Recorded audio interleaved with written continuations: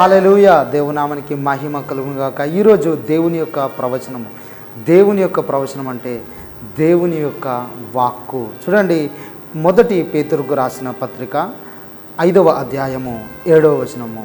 మిమ్మల్ని గూర్చి బైబిల్ సెలవిస్తుంది, ఆయన మిమ్మల్ని గూర్చి చింతించుచున్నాడు గనక మీ చింత యావత్తు ఆయన పైన వేయుడి. హల్లెలూయా. బైబిల్ స్పష్టంగా తెలియజేస్తుంది, మీ గురించి ఎవరు చింతిస్తున్నారట? ఆయన. కానీ ఈరోజు మీరు దేని విషయంలో బాధపడుతున్నారు? చాలామంది క్రైస్తవులు కష్టాలు వచ్చినప్పుడు ఎవరితో మాట్లాడకుండా ఒక మూలను కూర్చొని బాధపడుతూ ఏడుస్తూ చింతిస్తూ ఉంటారు.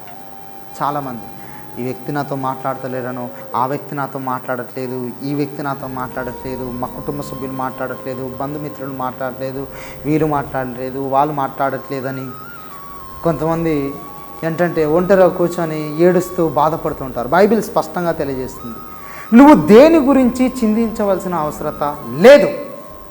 దేవుడు సెలవిస్తున్నాడు, ఈరోజు నీ పరిస్థితి, నీ స్థితిగతి ఏదైనా సరే, నీ చింత యావత్తు ఆయన పైన వేయము. Just depend on him. ఆయన పైన ఆధారపడు. నీ చింత మొత్తం ఆయనకు అప్పగించు. నీ కష్టాన్నంతా ఆయనతో చెప్పు, ఆయనతో మాట్లాడు.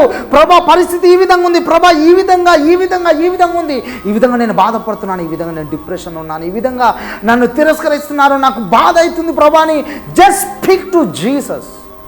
యేసయ్యతో మాట్లాడు, యేసయ్య నీకు జవాబిస్తాడు. నీ చింత మొత్తము ఆయన తీసేసుకుంటాడు. ఆయన సంతోషాన్ని, సమాధానాన్ని నీకు అనుగ్రహిస్తాడు.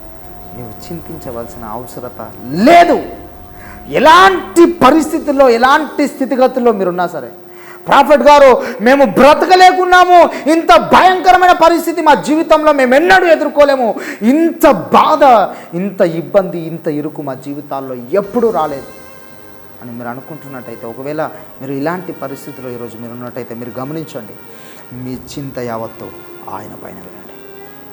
ఆయన నమ్మదగినవాడు. ఆయన నీ చింతను యావత్తు తొలగించబోతున్నాడు. ఆయన నీ చింతను యావత్తు తీర్చబోతున్నాడు. నీ దేవుడు నీకు నమ్మకస్తుడుగా ఉన్నాడు. బైబిల్ స్పష్టంగా తెలియజేస్తుంది.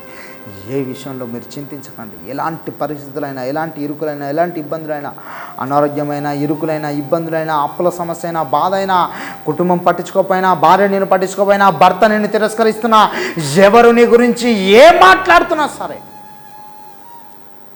నీ చింత నీ దేవుని పైన మోపు.